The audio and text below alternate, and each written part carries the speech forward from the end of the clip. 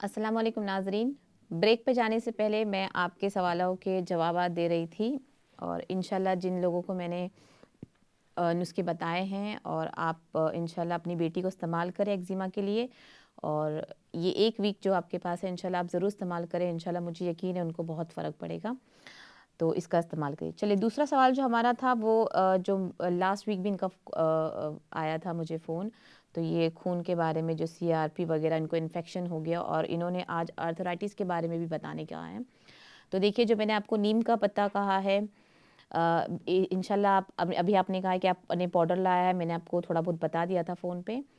तो आप लेकिन फिर भी आप कोशिश करें, क्योंकि नीम का जो पत्ता होता है और जितनी भी कड़वी सब्ज़ी होती है, फिर चाहे आप वो करेला ले लें, मेथी की भाजी ले लें, आप ग्रीन वाली जो होती है आप वो ले लें, या नीम का, ये जो भी कड़वी चीज़ होती है ये आपके खाने का ये फ़ायदा होता है कि आपके जिस्म में जो खून दौड़ता है उस खून को साफ़ करता है।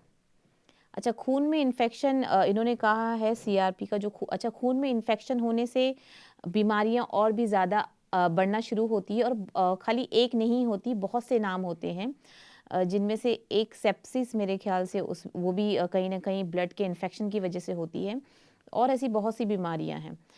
तो अभी आपका जो वो है कि आपको खून पहले जो है वो पतला करना है, जो इन्फेक्शन खून में आ रहे हैं वो ना आए।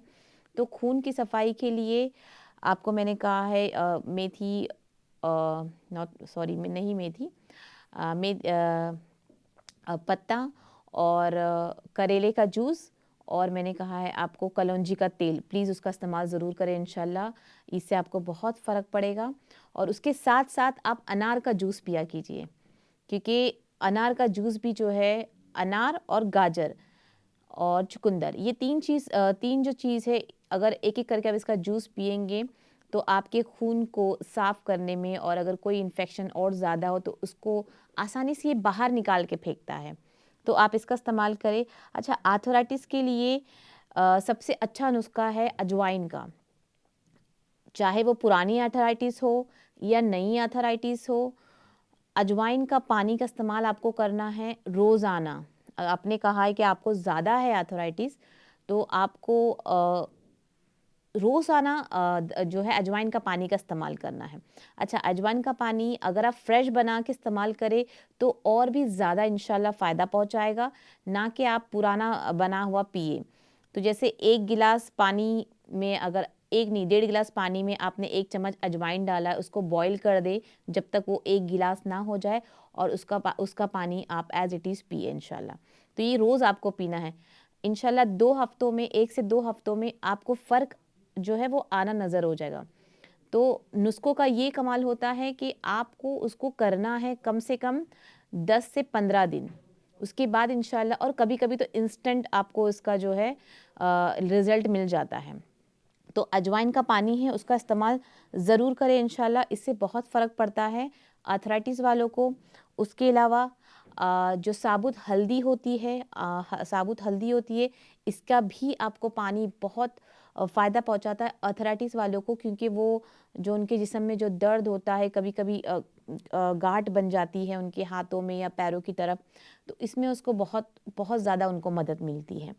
इसके अलावा वो दूध बना के पी सकते हैं। जैसे रात को अगर वो सो रहे हैं, उनको सोना है, तो 1 गिलास दूध के अंदर थोड़ा-सा देसी घी डाल दें, थोड़ा-सा पॉपी सीड थोड़ा-सा डाल दें उसके अंदर, और एक मुट्ठी मखाना आप डाल दें उसके अंदर, और उसको अच्छा-सा आपको बॉयल करना है, और फिर गुड़ का इस्तेमाल करना है। मिठास के लिए गुड़ या शहद, शक्कर का बिल्कुल नहीं, सफ़ेद शक्कर का बिल्कुल भी नहीं। तो इसका इस्तेमाल करें, ये भी आपके आर्थराइटिस को इंशाल्लाह बहुत फ़ायदा पहुँचाएगी। तो अच्छा, आर्थराइटिस वालों को परहेज़ किस चीज़ से करना है? ठंडी चीज़ों से, क्योंकि ठंड के मौसम में, सर्दी के मौसम में जिन लोगों को जिस्म में बॉडी पेन होता है, फिर चाहे वो घुटनों का हो, आर्थराइटिस हो, साटिका हो, इनका दर्द जो है वो बढ़ जाता है। तो उसके लिए आपको अभी अपने आप को गर्म रखना होता है। ठंडी चीज़ों से परहेज़ करें, गुरेज़ करें या उसको छोड़ दें। फिर चाहे वो कोल्ड ड्रिंक्स हो, जूस हो, या कोई भी, और खाना भी जब आप खाएँ तो नीम गरम खाएँ, गरम करके खाएँ, ना कि ठंडा खाएँ। सैंडविच भी अगर आप खा रहे हो तो उसको ठंडा करके खाएँ। इंशाल्लाह इससे बहुत फ़र्क पड़ेगा। अच्छा, मेरा जो तीसरा कॉल था वो जिनका, उन्होंने कहा है कि उनके पाँव में सूजन आती है और उनको ख़ारिश भी बहुत होती है उनके पाँव में, और जैसे पानी भर जाए, बहुत ज़्यादा मतलब ख़ारिश होती है उनके पाँव में और पैरों में। और ये ब्लैक सीड ऑयल का इस्तेमाल कर रहे हैं पर उनको कुछ फ़र्क नहीं पड़ा है, और इनके मुंह में छाले भी बहुत है, इन्होंने कहा। देखिए, पाँव में अगर सूजन है तो इसका मतलब आप नमक बहुत ज़्यादा खा रहे हो। एक कॉल है नाज़रीन। अस्सलाम वालेकुम। हाँ जी, वालेकुम सलाम। जी बोलिए। हाँ जी जी, मैंने ना इसलिए पहले भी किया था लेकिन उससे कोई फर्क नहीं। मेरे के मुंह का अंदर ना जो तालू हुआ ना वो इतना चिकनाहट आना उसके अंदर मुंह के चिकन। तालू में? हाँ, तालू में। और जब मैं बोलने लगती हूँ वो ऐसे गिरता है ना कि मुझे बोलने में बहुत प्रॉब्लम होती है। मुंह के तालू में पानी गिरता है बात करते वक्त? हाँ, पानी नहीं, वो जो होता है ना जिसको कहते हैं रेशा। हाँ हाँ, रेसा होता है जो गिरता हाँ, है जो बात करते तालू, हाँ, करते। इतना चिकनाहट है ना उसके अंदर। तो जब बोलना शुरू करती हूँ तो बहुत प्रॉब्लम होती है। मैंने नमक के गरारे, एप्पल विनीगर के, साइड के, सब कुछ बहुत किया, डॉक्टरों की दवाइयाँ भी, अच्छा। लेकिन बहुत मुझे प्रॉब्लम। जब सुबह उठती हूँ उस वक्त नमाज पढ़ते वक्त बहुत आप मुझे। मीठा खाते हो बहुत? नहीं, मीठा तो नहीं खाती। आप कोई दवाइयों पर है? नहीं, दवाई तो मैं कोई खास नहीं है, एक जो क्रेस्टो की, एक विटामिन डी की है बस। अच्छा अच्छा नहीं, मीठा तो नहीं खाती, थोड़ा बहुत है लेकिन इतना नहीं खाती। अच्छा, चलिए क्योंकि ठीक है। साई होएगा ना मेरी वो क्या डायबिटिक का ना, तो इसलिए। अच्छा अच्छा वो अभी तो नहीं है, वो बॉर्डर लाइन पे हूँ लेकिन परहेज करती हूँ। अच्छा, चलिए इंशाल्लाह। चलिए मैं दूसरा आपको कुछ बताती हूँ, ठीक है? ओके भी, अच्छा। जी शुक्रिया। तो आपके पाँव में सूजन है तो आप नमक बहुत ले रही हो, तो आप अपने खाने में सबसे पहले नमक कम कर दीजिए, या फिर बंद ही कर दीजिए, क्योंकि बहुत ज़्यादा जिस्म में जब नमक हो जाता है, नमकियात हो जाती है हमारे जिस्म के अंदर, तो बॉडी जो फूगने लगती है, सूजन आने लगती है, पानी भरने लगता है। तो ज़्यादा नमक भी, ज़्यादा जैसे शुगर भी नुकसान है, तो ज़्यादा जैसे सफ़ेद चीज़ें जो ज़्यादा हम इस्तेमाल करते हैं वो हमारे जिस्म को कहीं ना कहीं जाके बीमारी में ही डालती है। तो आप कोशिश करें कि आप सबसे पहले आप नमक का इस्तेमाल जो है वो एकदम कम कर दें या बंद कर दें। तो इंशाल्लाह तो ये चीज़ सबसे पहले करें तो आप खुद फ़र्क देखना जो शुरू कर दोगे। तो और इसके सूजन के लिए आपको ये है कि आपको पानी पीना है। उसमें आपको, जैसे आपने 2 गिलास पानी लेना है, उसमें आपने 1 टीस्पून अजवाइन डाले, छोटा चम्मच अजवाइन का डालें, और उसमें एक तेज़ पत्ता डालें आप। तेज़पात जो है वो एक छोटा हो बड़ा हो जो भी साइज़ का आपको मिल जाए वो डालें, और उसमें 2 लौंग डालें, 2 लौंग। तो इसका आपको कहवा बनाना है, इसको अच्छी तरह से बॉईल करें।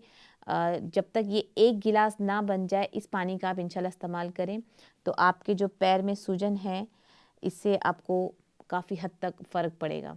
और उसके अलावा आप अपने जो पैरों में हैं लौकी का तेल का इस्तेमाल कर सकते हो, और वो बहुत मुफीद होता है, आप उसका इस्तेमाल करें। या अगर आप ज़ैतून का तेल इस्तेमाल करना है तो ज़ैतून के तेल को आप थोड़ा सा लहसुन, 2-4 कलियां लहसुन डाल के उसको गरम कर लें, और थोड़ा सा मेथी दाना उसमें डाल दें, इसको तेल बना के आप अपना रखिए, और रोज़ रात को इसको पैरों पे लगा के आप सोए तो इंशाल्लाह आपको बहुत आराम मिलेगा। अच्छा, ख़ारिश की वजह कहीं न कहीं जब आपके पाँव में, जब जिस्म में कहीं भी देखना, जब सूजन हो जाती है, स्वॉलिंग होती है, तो हमें ख़ारिश ऑटोमेटिकली शुरू हो जाती है। तो कहीं न कहीं मुझे ऐसा लगता है कि सूजन की वजह से शायद आपके पैर में ख़ारिश बहुत ज़्यादा हो रही है। तो ख़ारिश के लिए मैंने जो पहले बताया था, मेथी का पाउडर में वैसलीन का आप इस्तेमाल करें, ये बहुत मुफीद होता है ख़ारिश के लिए, तो आप इसका इस्तेमाल कर सकते हो। और उसके अलावा आप अपने जो ड्राई मत होने दें।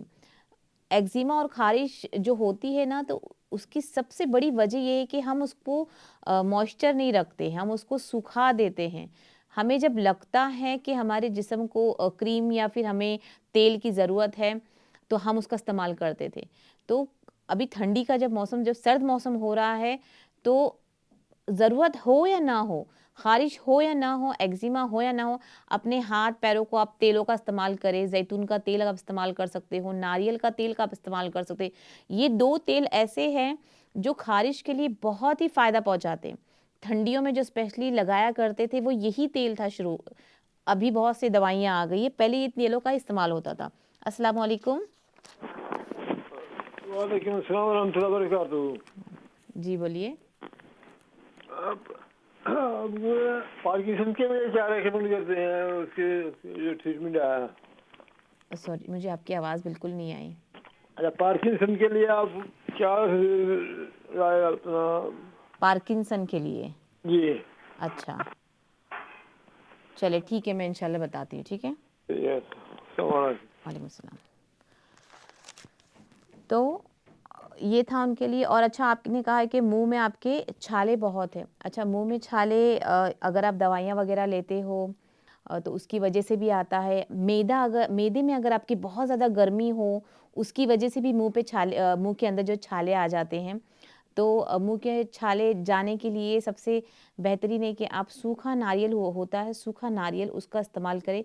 वो आप चबाते रहें जब तक छाला होता है। तो वो ये एक नुस्खा है, ये बहुत बेहतर है। मुंह में जब भी छाले हो तो आप इसका इस्तेमाल कर सकते हो। ये पहला नुस्खा है। दूसरा, आप देसी घी का इस्तेमाल कर सकते हो अपने छालों पर। आप उसका इस्तेमाल करें मुंह में, अगर आप लगा दें उसको तो ये भी बहुत मुफीद होता है। ये चीज़ आप लगा सकते हो। एलोवेरा जेल आप इस्तेमाल कर सकते हो मुंह के छाले के लिए। ये 3 चीज़ें ऐसी है। सूखा नारियल तो कहीं भी मिल जाता है, आपको सिर्फ उसको चबाना है। पूरा दिन आप चबाएं, या आपको दिन में 1-2 बार चबाना हो तो आप छोटा सा पीस जो वो खा लें जितना। यहाँ तक कि ये जो नारियल का जो है, अगर आपके गले में भी अगर छाले वगैरह अंदर आ गया हो तो उसके लिए भी बहुत मुफीद होता है। तो इंशाल्लाह ये सब आप अच्छा, अगर छाले बहुत ज़्यादा आते, कभी-कभी ऐसा होता है कि हम जो गर्म चीज़ें इस्तेमाल करते हैं उसकी वजह से भी हमारे मुंह में छाले हो जाते हैं। तो जैसे आपने कहा कि आप ब्लैक सीड का ऑयल का इस्तेमाल बहुत करते हो, मे बी आप रोज़ कर रहे हो, इसकी वजह से भी आपको शायद मुंह पे छाले आ गए होंगे। क्योंकि हम जितनी गर्म चीज़ें, जब भी ब्लैक सीड ऑयल गर्म है, तासीर बहुत गर्म होती है, इसीलिए इसको कभी भी हम किसी चीज़ के साथ मिला के इस्तेमाल करने के लिए सलाह देते हैं। कभी-कभी हमको पता होता है कि हमारे जिस्म में ये चीज़ बहुत जल्दी असर कर जाएगी, एलर्जी नहीं है हमको किसी गर्म चीज़ की या गरमाश की, तो हम हाफ़ टी स्पून, सिर्फ़ हाफ़ टी स्पून आप इसका इस्तेमाल डायरेक्ट आप तेल पी के इस्तेमाल कर सकते हो। लेकिन बहुत से लोगों को जो ब्लैक सीड ऑयल है, जो कलौंजी का तेल है, उससे गरम की शिकायत, मुँह पे छाले आने की शिकायत, कभी-कभी मोशन हो जाती है। तो इनके खाने के तरीके अलग-अलग है। जैसी बीमारी आपको है, वैसे हमको उसका इस्तेमाल करना है। कलौंजी का एक ख़ास यही है कि जैसी आपकी बीमारी है, हालाँकि ये इसमें इतना शिफ़ा है, कलौंजी में इतनी शिफ़ा है कि मौत मौत को छोड़ के हर बीमारी की शिफ़ा है इसमें। लेकिन इसका जो खाने का जो तरीका है, वो हर बीमारी में यकसा नहीं है, डिफ़रेंट है। तो वो किसी को बहुत ज़्यादा गर्म हो जाती है और किसी को इतनी गर्म नहीं होती है, लेकिन इसकी तासीर तो गर्म होती है। तो ये बहुत ज़्यादा गर्म हो जाती है। इसलिए हम लोग कहते हैं कि जब भी आप दानों का भी इस्तेमाल करें तो जैसे आपने सिर्फ़ अपनी इस उँगली को उस दानों में डालें और उसको फिर खा लें। बस जितना वो आपकी उँगली में चिपक गया है, उतना ही दाना आप इस्तेमाल करें। ये कलौंजी के दाने खाने का एक छोटा-सा मैं आपको बता रही हूँ कि आपको जब कलौंजी का दाना खाना हो, तो आपकी इस उँगली को आपको उसमें डालना है और जितनी आपकी उँगलियों में लग गया, चाहे वो 5 दाने हों, 8 दाने हों, 10, वो आप रोज़ खाएँ। इंशाल्लाह उससे कोई परेशानी नहीं होगी, रोज़ खाएँ। क्योंकि मुश्किल से आपकी उंगली में सिर्फ 5 से 8 शायद लगेंगे। अस्सलाम वालेकुम। वालेकुम अस्सलाम व रहमतुल्लाहि व बरकातुहू। जी हकीम साहब, मेरा एक सवाल है कि मेरी टांगों में अर्थराइटिस है। अच्छा, अर्थराइटिस है ना, हवा जो अपने मुल्क में बोलते हैं हवा है। जी, जी, वो आर्थराइटिस। ये तो वो मैं जब बैठ जाता हूँ तो मैं उठता हूँ तो खुलती नहीं है, इतनी जबरदस्त यह हवा है। अच्छा, इसके लिए कोई मुझे दवाई है तो बताओ। इंशाल्लाह चले मैं बताती हूँ आपको। क्योंकि मैंने मुझे ये अभी भी है कि मुझे डायबिटीज भी है।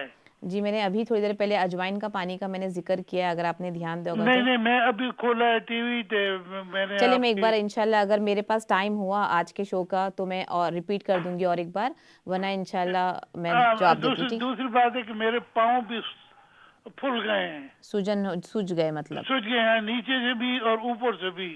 नीचे से भी है, मैं फिर अभी चल भी नहीं सकता। ओके, चलिए मैं बताती हूँ, ठीक है? बहुत-बहुत शुक्रिया। अस्सलाम वालेकुम। वालेकुम सलाम। जी, बोलिए।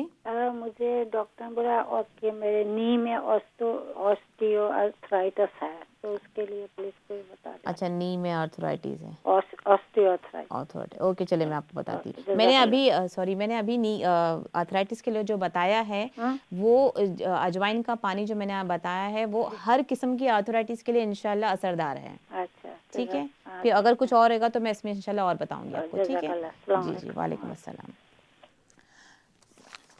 अस्सलाम वालेकुम। वालेकुम सलाम। कैसे आप? ठीक है? मैं ठीक हूँ अल्हम्दुलिल्लाह, आप बताएं।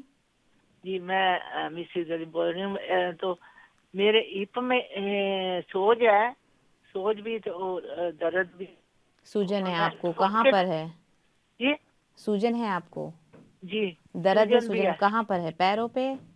नहीं, हिप पे, हिप पे दर्द है? अच्छा, हिप दोनों साइडों पे वो सोज है और दर्द भी है। सोज के लिए ओके, दोनों साइड पे आपको हिपों में दर्द है आप बता रहे, ठीक है। हेलो, मुझे लग रहा है इनका फ़ोन कट डिस्कनेक्ट हो गया है, पर मुझे सवाल समझ। हेलो मैं बोल रही हूँ। जी, बोले।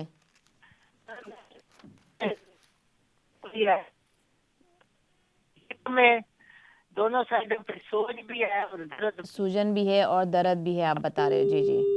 चले, इनका फ़ोन डिस्कनेक्ट हुआ है और मैं समझ गई आपने सवाल मुझसे कहा है कि आपके दोनों हिपों में दर्द भी है और सूजन भी है, तो इंशाल्लाह फिर मैं आपको उसका बताती हूँ। चलिए ठीक है, मुंह के छाले का मैंने बताई। अच्छा नाज़रीन, मैं दूसरा सवाल लेने से पहले मैं बता दूँ, हमारे पास जितना भी मेरे पास वक्त होता है मैं कोशिश करती हूँ कि मैं आपके सवालों का जवाब बहुत अच्छे से एक्सप्लेन करूँ आपको हर चीज़ों को, और बीच में कभी कभी कोई चीज़ याद आ जाती है तो मैं वो भी कंटिन्यू कर लेती हूँ, ताकि आपको कोई शक व शुबा ना रहे किसी चीज़ का या कोई चीज़ कम ज़्यादा ना हो। लेकिन अगर आपका कोई सवाल इस प्रोग्राम में, आज के प्रोग्राम में अगर हम नहीं दे पाते हैं तो हमारी ये कोशिश होती है कि हमारे नेक्स्ट प्रोग्राम, जैसे कि आते हुए हफ्ते में जो प्रोग्राम होता है, हम उस पर कंप्लीट करें। तो ऐसा कभी नहीं होता है कि कोई सवाल आप मुझसे पूछिए और मैं उसका जवाब नहीं दूँ। मैं हर सवाल का जवाब देती हूँ, कभी वक्त की कमी की वजह से वो सवाल हमारा रह जाता है। अच्छा, फ़ोन जो आए हैं वो ज़्यादातर जो अथराइटिस के ऊपर से आए हैं, तो अगर आपने देखा नहीं होगा तो अथराइटिस के लिए ये अजवाइन का जो मैं पानी आपको बता रही थी वो सबसे बेहतरीन है। अच्छा, अथराइटिस कोई भी क्यों ना हो, हर अथराइटिस के लिए इसका जो पानी है वो बहुत फ़ायदेमंद होता है। तो इंशाल्लाह जिन लोगों को भी अथराइटिस, जिन्होंने कहा है मुझे डिफरेंट काइंड का बताया है, तो इंशाल्लाह ये मुख्तलिफ़ किस्म की जो भी अथराइटिस उसके लिए भी बहुत फ़ायदेमंद होगा। पर इसको आपको कंटिन्यूसली 15 दिन तक लेना है। जिनकी पुरानी आर्थराइटिस है और उनको तो रोज़ लेना है, दिन में एक दफ़ा आप नाश्ते के 1 घंटे के बाद ले लें। 1 गिलास पानी में 1 चम्मच अजवाइन डालकर उसको काढ़े कहवे की तरह बनाएं, उबाल के फिर आपको उसका इस्तेमाल करना है और 15 दिन तक इसका इस्तेमाल इंशाल्लाह करना है अजवाइन के सिर्फ पानी में। इससे आपको बहुत बहुत फ़र्क पड़ेगा। तो और जिन लोगों ने सवाल किया, इंशाल्लाह मैं उसका जवाब भी जो है उनके सवाल के हिसाब से एतबार से मैं इंशाल्लाह कर दूँगी।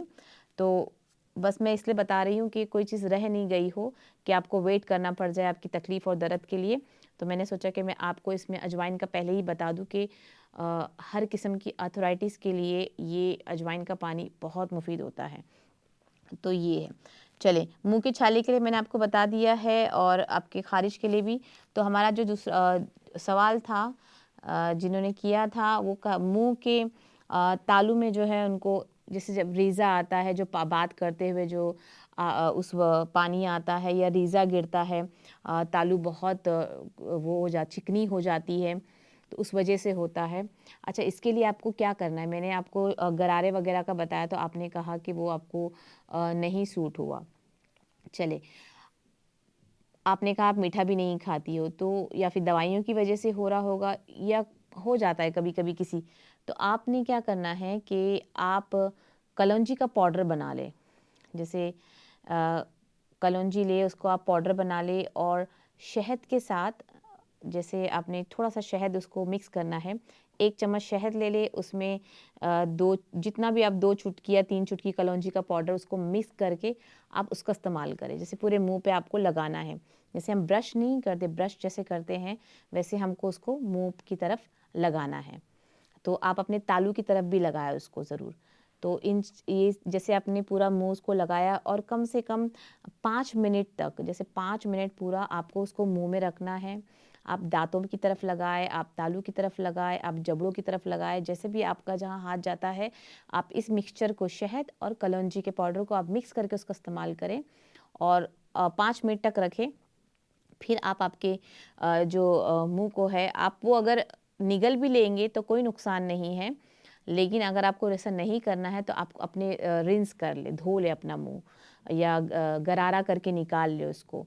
जिस तरह से भी आप उसको कर सकते हो, आप उसका इस्तेमाल करके उसको ख़त्म कर सकते हैं इंशाल्लाह। तो ये चीज़ आपको करनी है इंशाल्लाह और इससे ज़रूर आपको फ़ायदा पहुँचेगा। अच्छा, कभी-कभी गोलियों की वजह से शुगर आपको पहले था, आपने कहा अभी कंट्रोल में है, कभी-कभी होता है कि शुगर वगैरह की वजह से भी ये हालात जो है, ये रेज़ा निकलना ये सब हो जाता है, या कभी-कभी कोई चीज़ हम बहुत ज़्यादा सोचते हैं, दिमागी कहते हैं ना, दिमागी तवाज़न हमारा थोड़ा-सा वो हिल जाता है, हम बहुत ज़्यादा ही फ़िक्रमंद रहते हैं, तो जो मुँह के जो हालात होते हैं वो दिमाग सर से भी जुड़े हुए होते हैं। तो हमारे जो मुंह में कोई भी कशिश, कुछ भी अगर कमी या ज़्यादती हो, तो ये कहीं न कहीं हमारे जो है सर से मुताल्लिक होता है। तो हमें कोशिश करना चाहिए कि हम बड़े काम और कूल रहें। तो उससे अच्छा, आपके लिए अंजीर का इस्तेमाल भी बहुत मुफ़ीद होगा, तो आप अंजीर का भी इस्तेमाल करें। आप ऐसे ही उसको खा सकते हो, एक टुकड़ा अगर आप खा सकते हो, शुगर आपको नहीं है तो। वैसे शुगर वालों के लिए भी अंजीर आप खा सकते हो, ज़्यादा नहीं, लेकिन 1-2 खाली मिठास के लिए आप इसका इस्तेमाल कर सकते हो। तो आप इंशाल्लाह इसका ज़रूर इस्तेमाल करें, इससे आपको बहुत फ़र्क पड़ेगा। अच्छा, आर्थराइटिस का जैसे मैंने बताया था, टाँगों में आर्थराइटिस जब बैठ जाते हैं, फिर हम खड़े नहीं हो पाते हैं, सुबह-सुबह जब नाज़रीन हमारे सिर्फ 2 मिनट मेरे पास है हमारे शो को ख़त्म होने के लिए, तो मैं सोचा मैं आपको टाइम बता दूं कि मैं बात कर रही हूँ और उस बात को कभी-कभी कंप्लीट नहीं कर पाती हूँ, तो इसलिए मैं आपको इत्तला करते रहती हूँ कि बस उस चीज़ का है कि लोगों को पता हो कि आपके सवाल आ गए हैं, बस उसको जवाब देने हैं। आर्थराइटिस, अच्छा, इसके लिए जो भी आर्थराइटिस वाले हैं उनके लिए अदरक और अजवाइन की चटनी, इसका भी इस्तेमाल आप रोज़ाना कर सकते हैं। अच्छा, अदरक भी है, वो दर्द कुशा है। अदरक, अजवाइन और आपने सौंठ, हल्दी, साबुत हल्दी, ये सब जो चीज़ें हैं वो दर्द कुशा, ये दर्द को कम करती है जिस्म की। तो अदरक और अजवाइन की चटनी अगर आप रोज़ शामिल करें अपने खाने में, अपनी डाइट में, तो आर्थराइटिस वालों को, फिर चाहे वो कोई भी किस्म की आर्थराइटिस आपको हो, इसमें भी आपको बहुत फ़ायदा मिलेगा। तो इस चीज़ का आपको ख़्याल रखना है कि अगर आप इसको रेगुलर खा सकते हो तो आप इंशाल्लाह ज़रूर इस्तेमाल करें। तो ये चीज़ें, और ठंडी की वजह से और भी तकलीफ़ें बढ़ जाती है इंशाल्लाह। आप बस अपने आप को ठंड से बचाएं और इससे बहुत बहुत फ़र्क पहुंचेगा।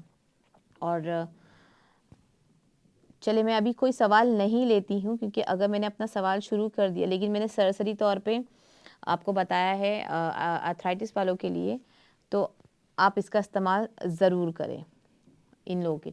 लौंग जो होता है, लौंग का काढ़ा, जो लौंग का कहवा होता है, वो भी आर्थराइटिस वालों के लिए बहुत मुफीद होता है, बहुत फ़ायदेमंद होता है।